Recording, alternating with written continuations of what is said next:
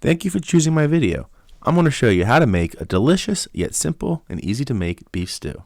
Beef stew has many variations. You can choose to put it right into the crock pot or sear it in the pan as I did here on high heat. Searing can enhance and bring out more complex flavors. Lightly salt and pepper at this point, as we can always add more later. We're just searing, we're not trying to cook all the way through. So once the outside has a little brown to it, then you can take it out of the pan to add it to your crock pot. Another option to add even more flavor is you could deglaze your pot with red wine or chicken broth, beef stock, whatever you choose. Even just water works. And add this to your crock pot filled with more beef stock or broth, chopped celery, carrots, onions, a few cloves of garlic, a bay leaf or two, a sprig or two of parsley.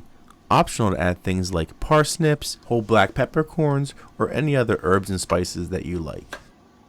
You don't want to add things like the potatoes and peas too early because they will break down. There is no rule to the exact amount of time it needs to sit. As long as the meat is cooked to a safe internal temperature, then it is safe to eat.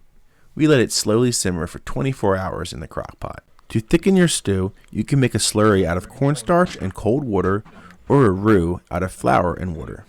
It's best to always mix this in a separate bowl and add it to your main dish. Once you get it to your desired thickness and you're about to eat within about 15 minutes or so, you can then add your peas. Peas should be added at the end so they don't become so soft and mushy that they just disintegrate into your stew.